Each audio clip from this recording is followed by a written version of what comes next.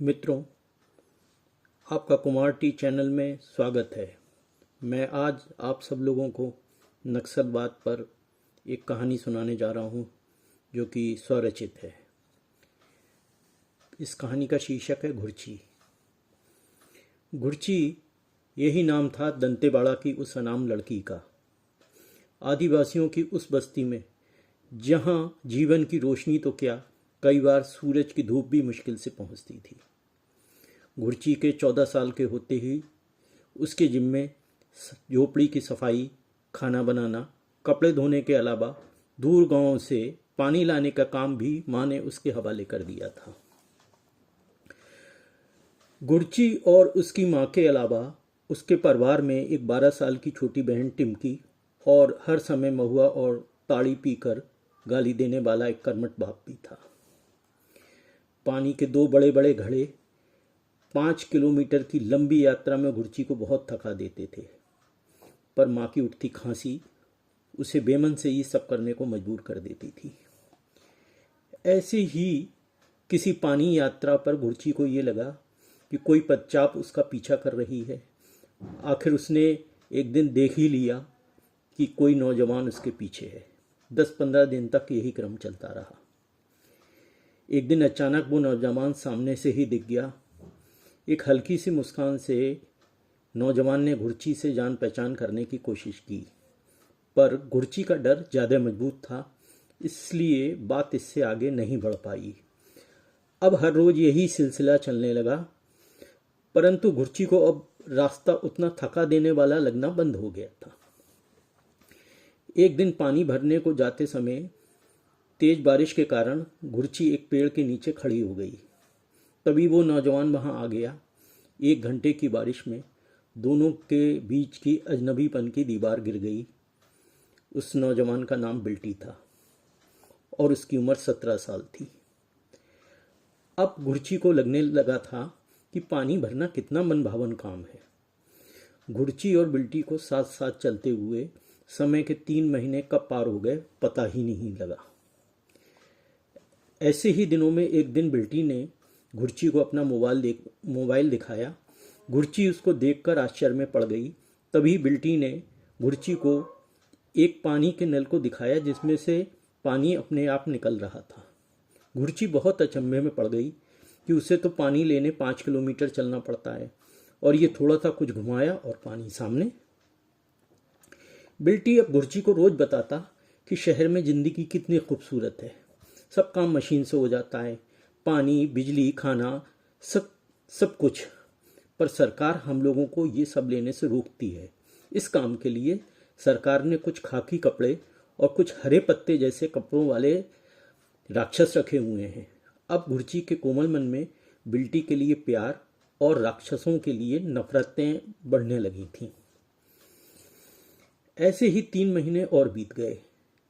तभी अचानक बिल्टी ने कहा कि वो शहर जाने वाला है और 4-5 दिन बाद वापस आएगा। घुर्ची उसकी ये बात सुनकर बहुत उदास हो गई। अब 5 किलोमीटर की यात्रा उसे 50 की लगने लगी थी। तीसरे दिन पानी भरकर लौटते समय तेज बारिश होने लगी और घुर्ची ने अपने घड़े को एक पेड़ के नीचे रख दिया और बारिश रुकने का इंतजार करने लगी। तभी घुर्ची के पास एक हरे पत्ते वाली पैंट शर्ट पहने एक राक्षस आ गया था।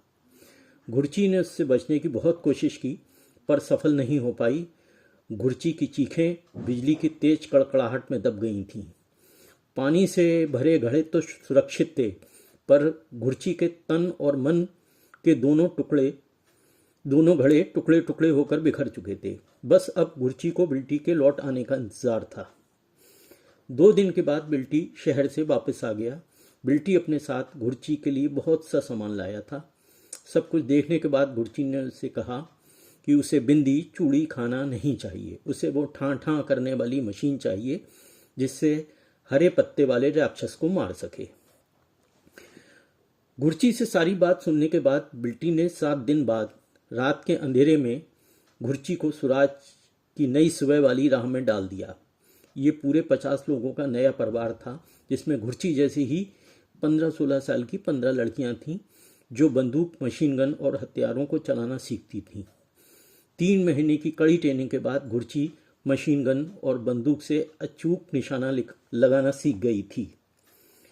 एक दिन अचानक बड़े कमांडर ने सबको बुलाया और कहा, आज सड़क से सुबह 5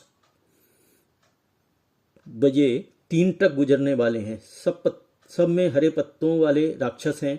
सड़क के नीचे बिछी सुरंग के धमाका होते ही सब लोग पेड़ों के पीछे छुपकर बैठ जाना और जो भी बचा हुआ राक्षस भागे उसे गोली से उड़ा देना। गुरची अकेले ने ही उस दिन बंदूक से 10 राक्षसों का सफाया कर दिया। रात को बिल्टी उस दिन घुड़ची से बोला, अब रात को पुंजम बनाया जाएगा। उस रात को सबने एक साथ महुआ और ताड़ी पी। रात में नशे की हालत में बिल्टी के अलावा घुड़ची की झोपड़ी में 2 और नौजवान थे, पर 10 राक्षसों को मारने और ताड़ी के नशे ने घुड़ची को इन सब चीज़ों को सोचने का वक्त नहीं दिया। अब हर 2-3 महीने के बाद राक्षसों को मारना और रात को पुंजम मनाना एक दिनचर्या सी हो गई थी। ऐसे ही एक दिन पुंजम मनाने की अगली सुबह जब घुड़ची देर से उठी तो उसका पूरा शरीर दर्द कर रहा था। झोपड़ी के बाहर बिल्टी किसी और से बात कर रहा था। घुड़ची ने बाहर निकलकर जब उस आदमी को देखा तो वो जोर जोर से चिल्लाने लगी, बिल्टी, ये वही राक्षस है हरे पत्तों वाला, इसे मार डालो तुरंत। बिल्टी बोला, अरे ये राक्षस नहीं है, देवा है, देवा, जो कैंप की सारी लड़कियों को ऐसे ही करके हमारे खाने पीने और पुंजम के लिए इंतजाम करता है। पर घुड़ची बहुत गुस्से में थी और उसने तुरंत अंदर से बंदूक लाकर बिल्टी और राक्षस पर तान दी। पर बंदूक का ट्रिगर दबने के बाद घुड़ची को पता लगा कि उसमें कोई गोली नहीं है। अब हरे पत्तों वाले राक्षस ने बिल्टी जैसा ही मोबाइल निकाला और एक तस्वीर दिखाते हुए कहा, ये तेरी छोटी बहन टिमकी है ना, बहुत भोली और सुंदर है और तेरे बाद नदी से यही पानी लाती है। रास्ते में कोई राक्षस इसे मिल गया तो क्या होगा इसका। 10-15 दिन बाद घुड़ची को पेट में अजीब सा होने लगा तो उसने अपनी महिला कमांडर को बताया। महिला कमांडर ने कहा, अरे ये दवाई लेकर जाओ और इस बोझ को लेकर तू जंगल में नहीं दौड़ पाएगी। तभी अचानक खबर आई, हरे पत्ते वालों ने उन्हें घेर लिया है। तभी घुड़ची ने फैसला किया, आज वो हरे पत्ते वाले राक्षसों को नहीं मारेगी बल्कि बिल्टी और असली राक्षस को मारकर हरे पत्ते वाले देवाओं के सामने आत्मसमर्पण करके अपने पापों का बोझ कम करेगी। बंदूक हाथ में लेकर वो झोपड़ी से बाहर निकली ही थी, तभी बिल्टी ने उसे ये कहते हुए गोली मार दी कि अब तू तो हमारे किसी काम की नहीं रही।